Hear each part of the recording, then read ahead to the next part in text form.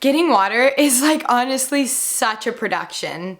Yeah, looking back in retrospect, the way the water system is set up and how I've been getting water into the house has been maybe slightly more inefficient than it could be. So my water tanks are completely empty, so I gotta go like dig the hoses out of the snow and fill up the tank.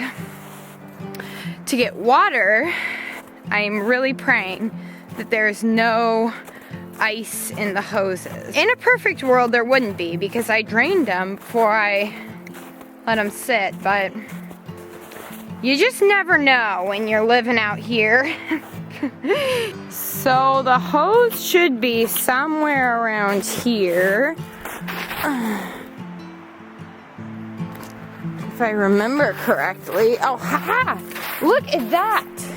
First try. Oh yeah. Dig this guy out. Okay.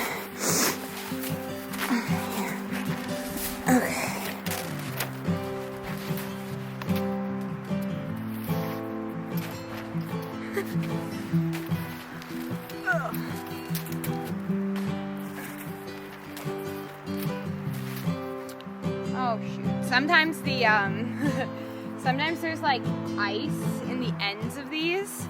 So what I'll do is I'll just like hit it on the ground, and then usually the ice will come out. Oh, it didn't. Oh, there we go. Oh, it's cold. It's cold. I wish I was still in the warmth. I am cold.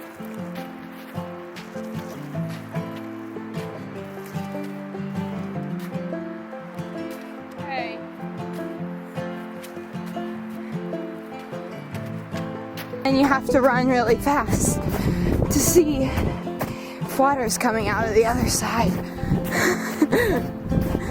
Here we go. Well, I can hear it coming out.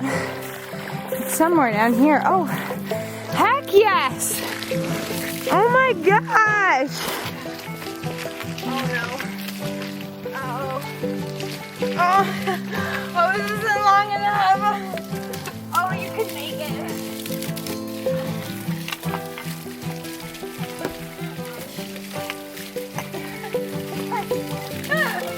Water is getting everywhere. Oh no. Oh. Okay. Whew. That's a muddy mess. Oh, that is a mess.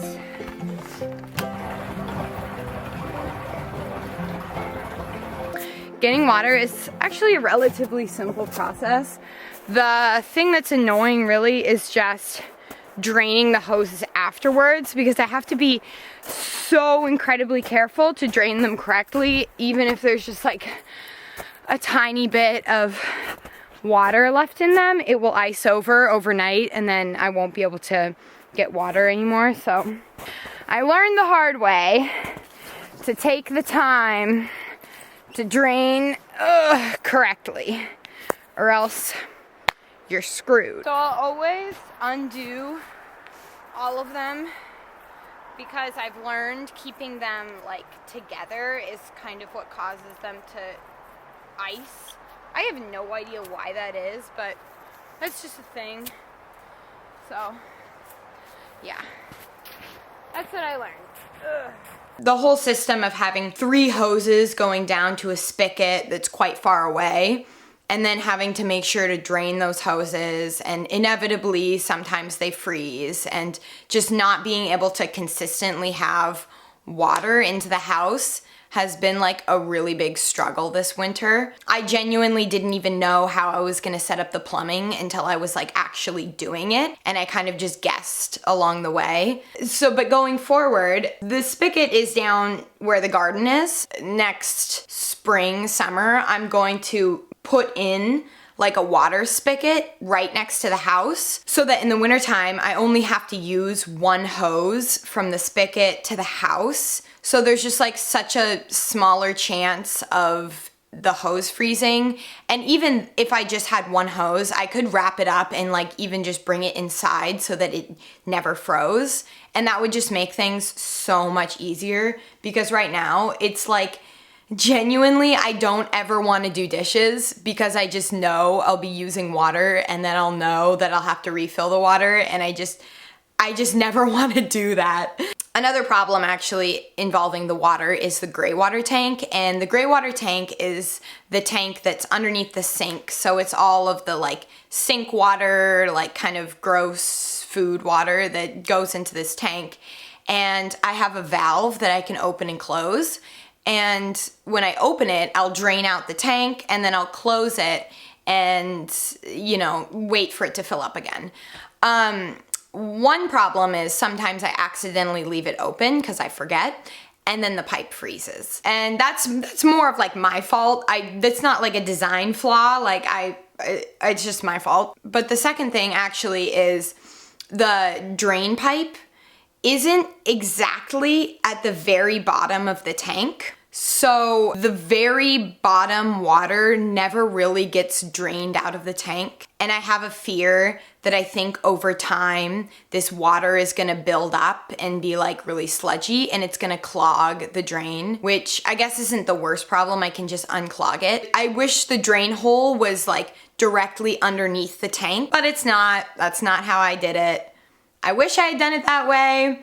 That would have been a way better idea, because then all the water could have drained out every time I drained it, and it just would have had like less of a chance of getting all clogged and gross. So this is where the drain pipe is attached to the gray water tank, and I just wish that I had put it underneath, because as you can see, there's a couple inches here that will just like never drain out and just sit here and like build up sludge, and I feel like over time this is gonna get clogged. I have a feeling that down the line, like in a year or 2 years or something, I'm gonna have to just replace the gray water tank and just redo that part of the plumbing, because it's just not going to be functional long term. I have a feeling. I don't know. I don't actually genuinely know. Maybe it will be completely fine.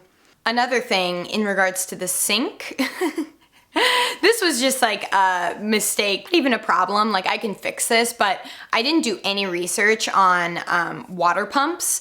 And I bought this water pump off of an RV like site and put it in, super excited about it. And then when I turned the sink on for the first time, I realized how loud this water pump is. Like, oh my gosh, it is so loud. Okay, so I'm gonna show you guys what I'm talking about in regards to the noise of the water pump. So I'll just like do this. If I turn it on like high,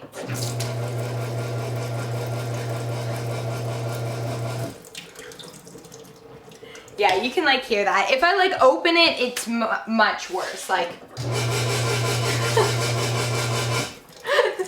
it's a horrible sound. This is a horrible sound. Oh my gosh. So, but the solution really is to this problem is I can insulate the water pump and make it more like of a muffled sound. But right now it's just like so loud and annoying and just like, it's not what you want. But I don't know. I didn't know that water pumps could be that loud, genuinely. And I think usually when people put them in houses, they put them like underneath the floorboard, which I didn't want to do. I wanted all the plumbing like accessible so that if a pipe did burst, then I could like easily fix it. Because most people plumb like things into the wall. I had no trust that my plumbing was gonna work out. So I like didn't want to put anything in the wall just because I felt like when I turned on the water for the first time, it was just gonna all burst. Also, I'm just gonna show you this water pump. So if you're thinking of buying a water pump, don't buy this one. It's very loud. When I built this house, I just designed it along the way. Like I designed it as I built it, which had its setbacks because like I would realize things after I'd already done something. Like for instance, where I put the stove ended up being quite a mistake. In that little corner, I was planning on putting the fridge there. Then I laid the tile down to put the stove on top, and I put the stove there. And then like a couple weeks later, I got the fridge in and I put the fridge in that corner. And I realized very, very quickly when I would, you know, heat the house with the stove, the fridge would get like burning hot on the side, and I would like touch it and it would get so hot. And that, like, it's just like a hazard. You can't like put a fridge next to a wood burning stove. So I really didn't know what to do at that point because it was already winter. I thought about building a wall between them that was like insulated to like separate the stove and the fridge. But I also was like not wanting to build anything else and really, really sick and tired of building. So my solution was in this back room. That's where the bathroom is. Well, that's where the bathroom was. I had a composting toilet in that room, right? And that's where the bathroom was gonna be. That was kind of like the plan the whole time. Then I started to feel like, okay, well, what if I built an outhouse outside, and then I could use that space for the fridge, and then the fridge wouldn't have to be next to the stove. It's kind of confusing. That was my solution to the fridge problem. So that's what I did. I took the composting toilet out and I put the fridge in that back room. And that's also, it's kind of a nice setup actually. I like it there because it's kind of out of the way and it's in the same room as the pantry. So yeah, this is basically right here is where I was gonna put the fridge, but it was just too close to the stove. So I put it, yeah, so I put this fridge in here. And yeah, it worked out pretty well in this space, as you can see. Yeah. And then this is my pantry right here. So this is where I have like all my food storage. All the way up there. This is a huge pantry. Oh, and that's, don't mind that. That's the water heater. And this is where I'm gonna plumb the shower. It's gonna go into the wall and it's gonna go out there. And this is my garbage. So yeah, kind of nice little situation. I've got my cute little pocket door. So yeah, it all worked out, but what didn't work is the fact that it's winter and I didn't have time to build an outhouse. So I guess the reality is I'm just peeing outside and then going to the bathroom in the cabin, which I have to walk to go to. Another problem really, I guess, is like just my whole storage situation. I don't know, I could have like designed this better. Have these two like drawer things that pull out and you can sit on them, which I really like how I designed that. And there's storage inside of them. That's where like my clothes and my books and everything are. But then I have like this deep storage behind these things and it's just really hard to access and get to. And I find myself being really annoyed when I have to like pull the drawers out and go back there and like rummage through, and I'm not keeping things very organized, which is kind of who I am. So going forward, I would like to somehow organize this better. Maybe like get some storage bins or something. I have no idea, but that's just something I'm thinking about. I have these things. I built them on these casters, which I thought would be cool because I could lock them. But locking casters are like extremely uncomfortable to use. They just like never want to lock. But anyways, so I'll pull these out where all my clothes are in here. And it is nice because I can lock these and like sit. It's fine.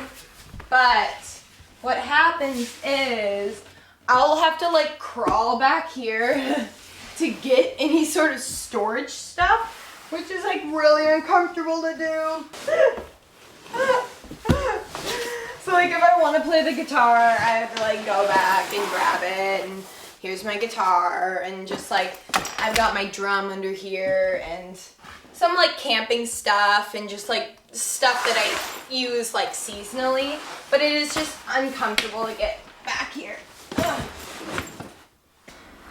Casters never want to like lock all the way, which, yeah, I don't know. They just never want to lock. Ugh, really uncomfortable. So there's that. Also, right now I'm using the wood stove as an oven, but I realized that in the summertime, I won't be able to do that because obviously I don't want to heat my house in the summer. It's gonna get super hot, so I won't have an oven. So I'm thinking about building an outdoor oven, but yeah, I guess not having an oven is kind of an inconvenience. I didn't want to put one in because I thought it would take up too much space, but in retrospect, I feel like I could have found the space for an oven. Also, at night I'll heat with this little oil heater, but when I wake up in the morning and I want to use something else with power, like if I want to turn on the burner and cook something, it will be drawing too much power because I have the fridge running constantly and the oil heater that's just like, if I add anything additional, it will trip the breaker. So if I want to cook or if I want to do some dishes and use like the water heater, then I have to turn off this oil. I have to turn off the oil heater and then I have to start to heat with wood. So it's just something to think about. Like, I've tripped the breakers so many times and it's really annoying because I have to walk down to the cabin and flip the switches and I don't know, it's just a whole thing. So I try to not do that. I guess the thing is all these things are just like learning things. Like, it's been mostly as I've lived in the house, I've realized like, oh, I should have done that differently, or I should have done this differently. In the grand scheme of things, I feel like the house, it really turned out exactly how I wanted it to, and it really is quite a functional place to live. Like, I've been living in it now for like 4 months now, and I feel like it's been pretty functional. This isn't really like a problem with the house, but just me living in the mountains in general. It's been extremely difficult to deal with the snow. I mean, that's inevitable when you live up in the mountains, but I guess I didn't realize like how stressful it really would be to like worry about driving in, worry about getting stuck in the snow, worry about where I'm parking every day, and like checking the weather all the time to make sure it's not gonna snow in the nighttime. Just like all these different things regarding snow, it's been really difficult, and I think that things will get a lot easier as the snow melts and life gets warmer. Things will really be easier. So the cabin that I lived in while I built the tiny house, it was just here on the land when we bought the land. I've realized that the walls or even the wood is just rotting from the inside because there's like thousands and thousands of moisture ants living in the walls. So this was something I was dealing with when I was living in there, actually. I never really talked about it, but I would like be sleeping and there'd be ants crawling all over me. It was like so not fun.